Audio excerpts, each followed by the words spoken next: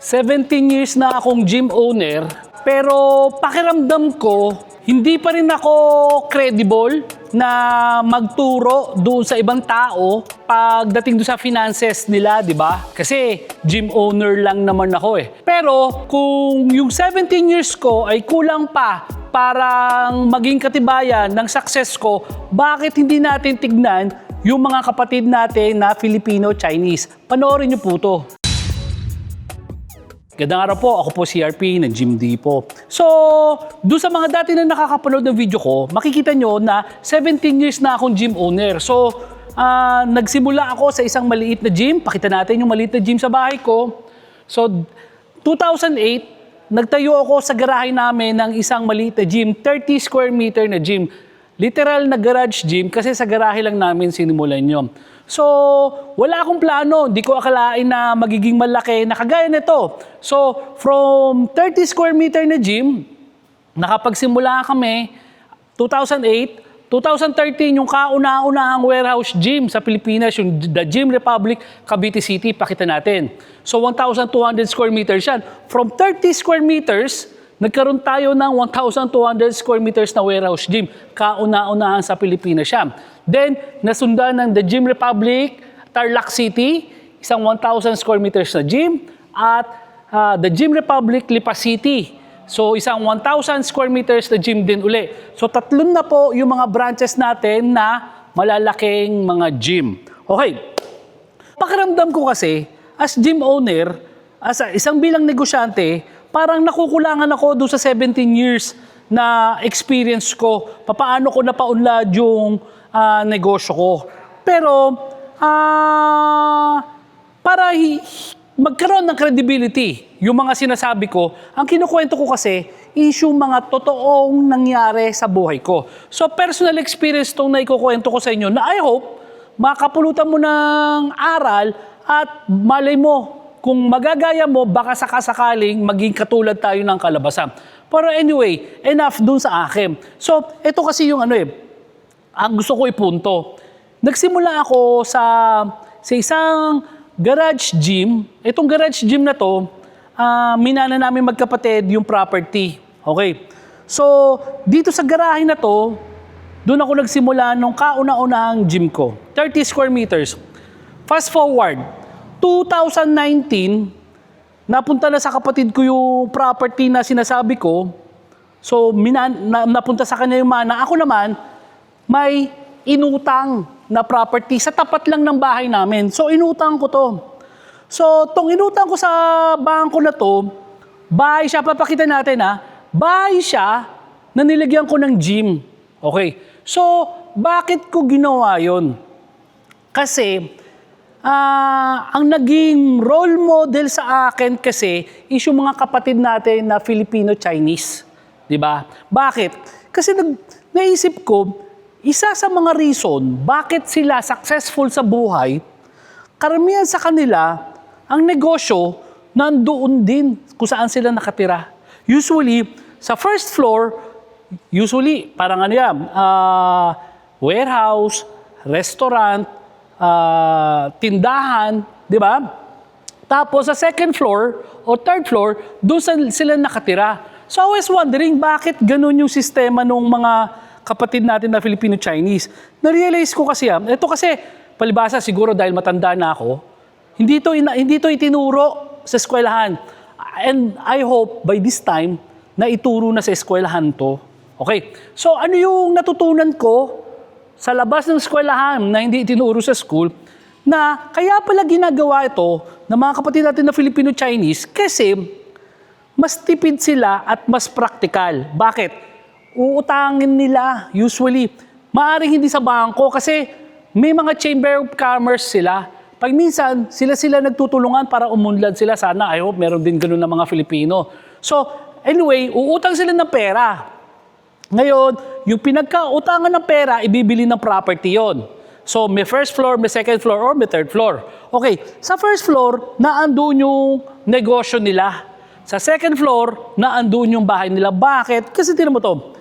Bakit ka uutang ng bahay at lupa para tirhan lang?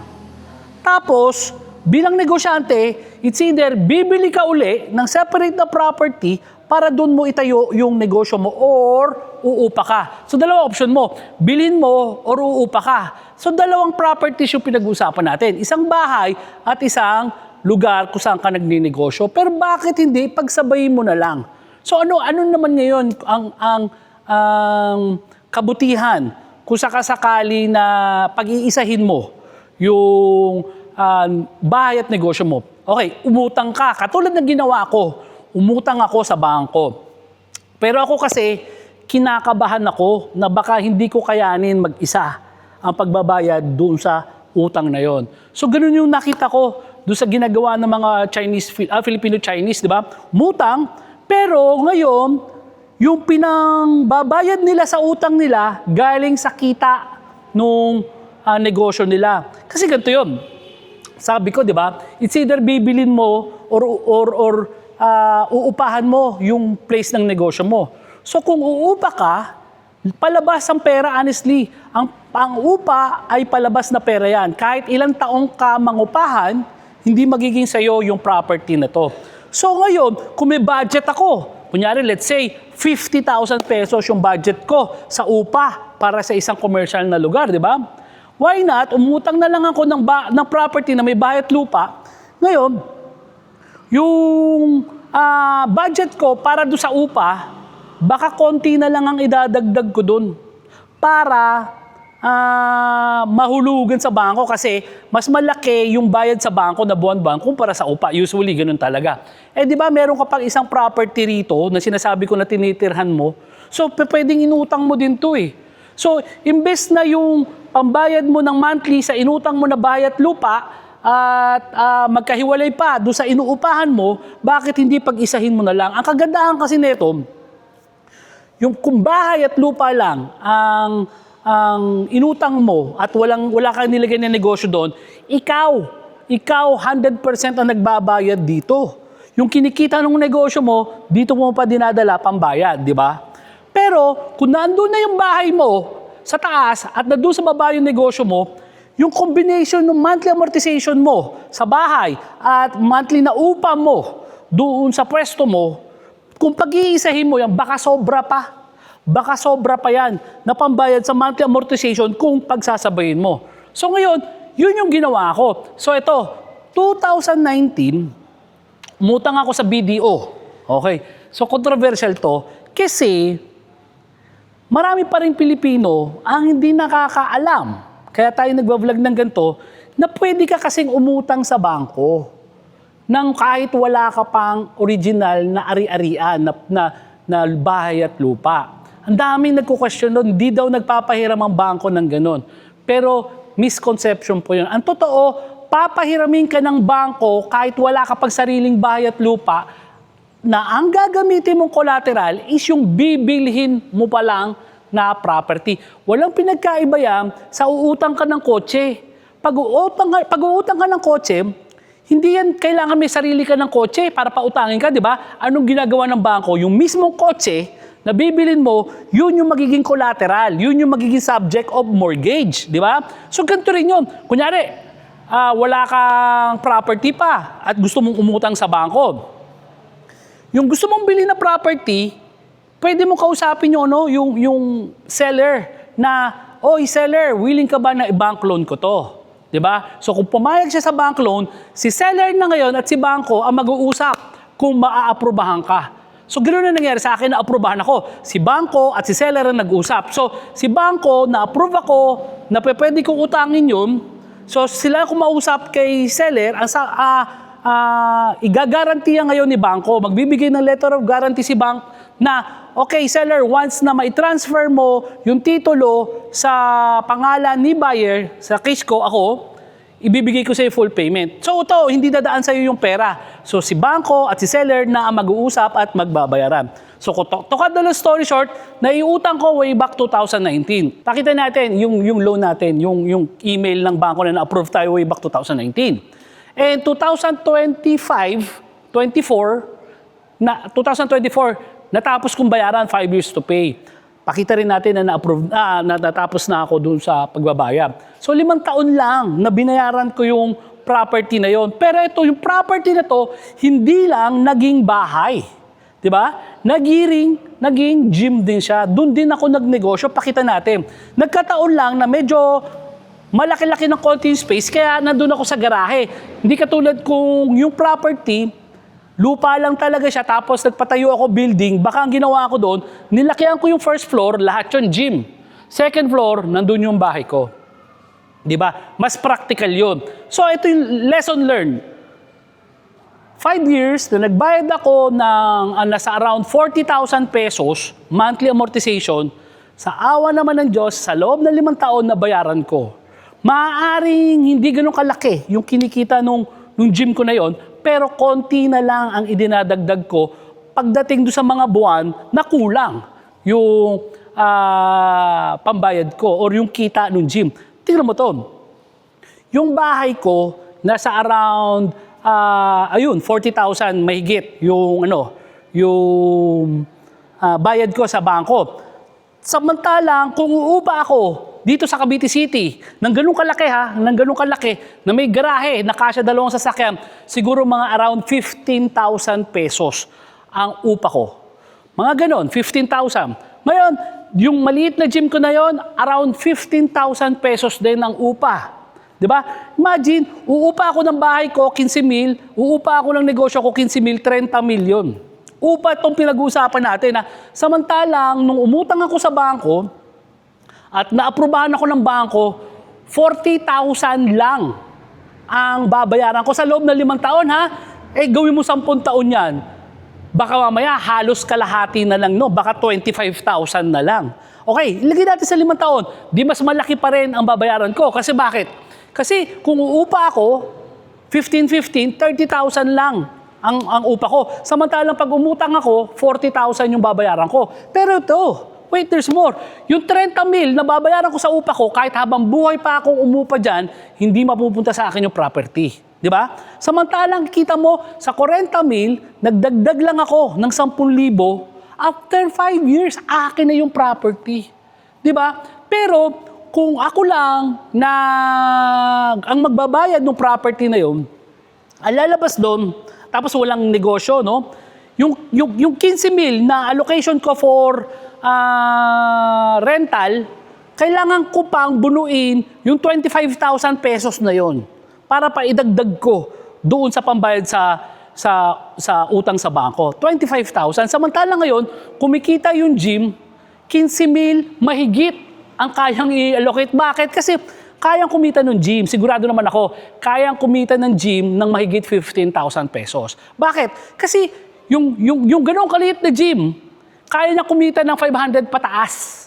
Okay, doon tayo magsisimula sa maliit. 500 pesos pataas. So kung 500 pesos ang minimum na pwede mo kitain sa gym, araw-araw, 15 milyon, isang buwan. At yung 500 pesos na yon, parang nasa around 10 tao lang na magji-gym araw-araw, na magbabayad ng 50 pesos. At alam mo yan, hindi lang 10 tao ang pwedeng mag-gym sa ganong kaliit na na space. Pagpalagay mo 20, katulad niyan, i-shoutout ko si Rex Jersey ng Sorsogon. Pareho-pareho kami ng case niyan, nagsimula sa maliit.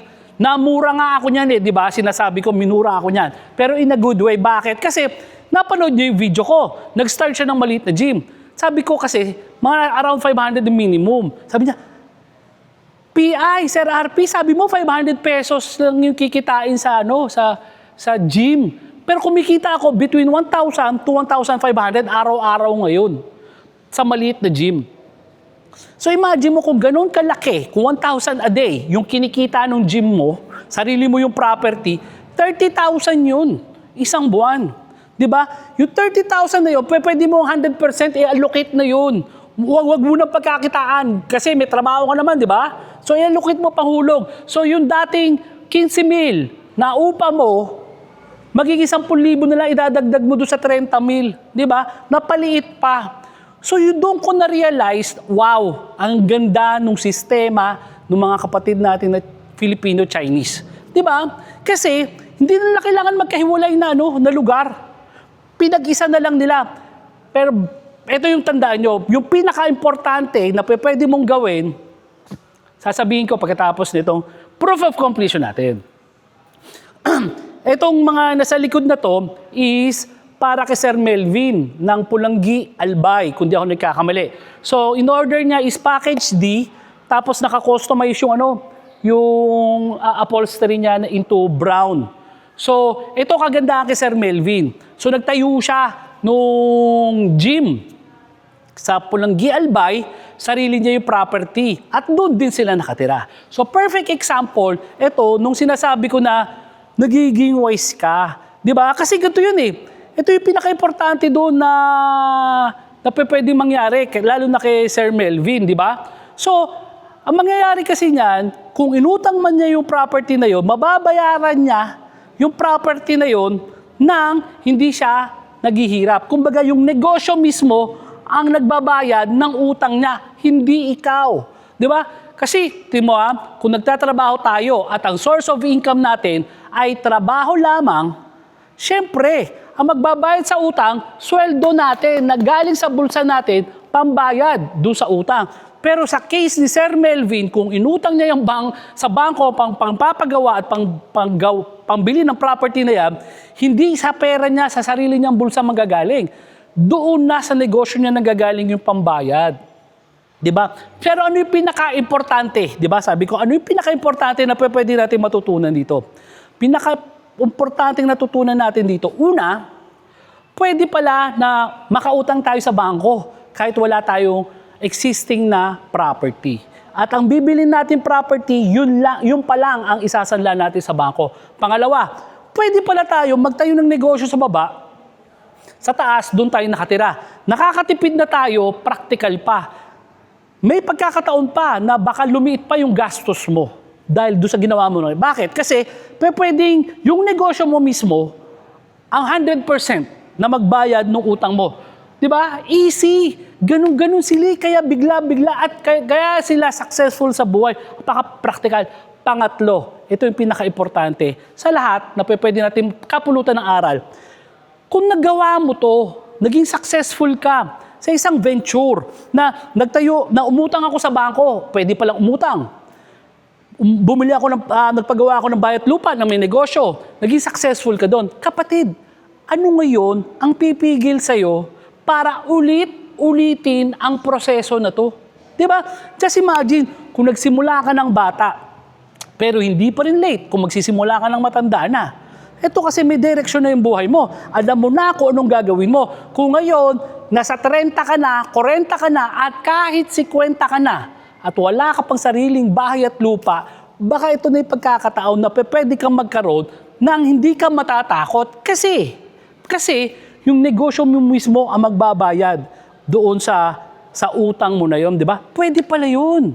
So ngayon, ulitin mo yung cycle na yun. So kung bata ka pa, just imagine, kung 5 years to pay, yung property na kukunin mo, di ba? 5 years to pay.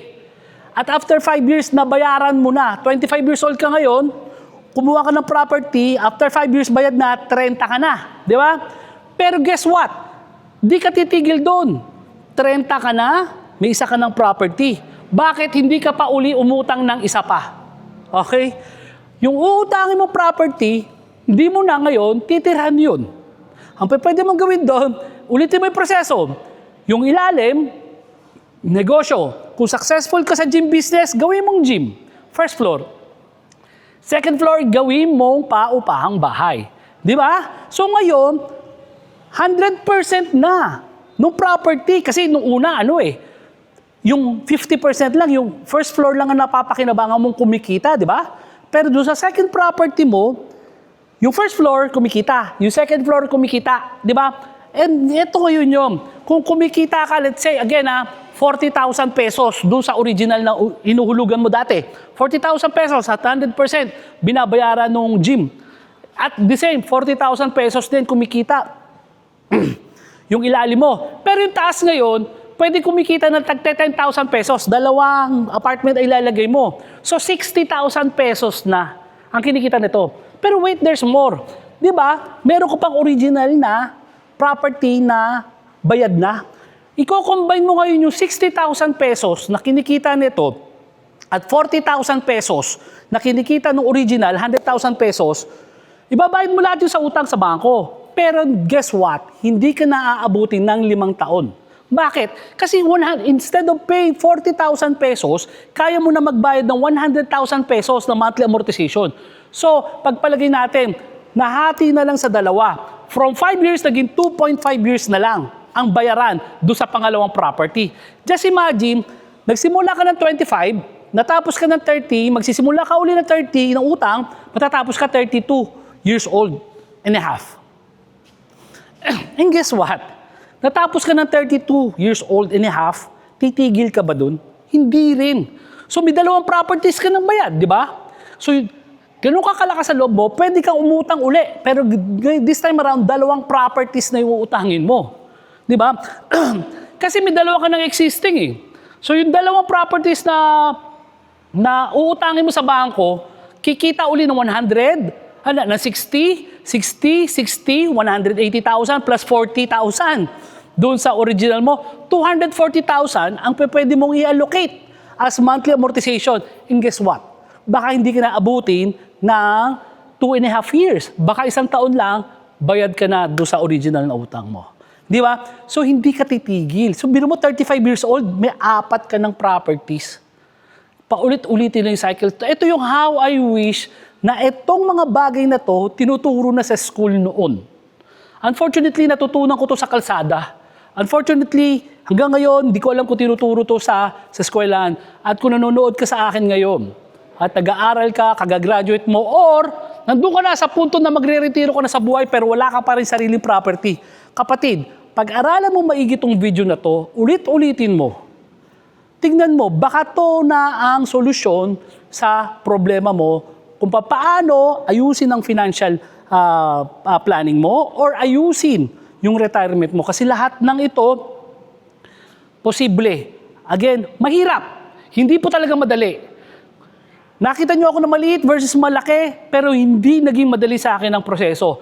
Hindi man naging madali ang proseso sa akin, posible. At hindi lang ako ang nakagawa nito, marami na pong tao. So bago ko tapusin, gusto ko sana kayong pabigyan ng huling mensahe. So, base sa experience ko, hindi mo kailangang magsimula ng malaki. Pero kailangan mo magsimula para maging malaki. Ako po si RP ng Jim Dipo. Gandang araw po.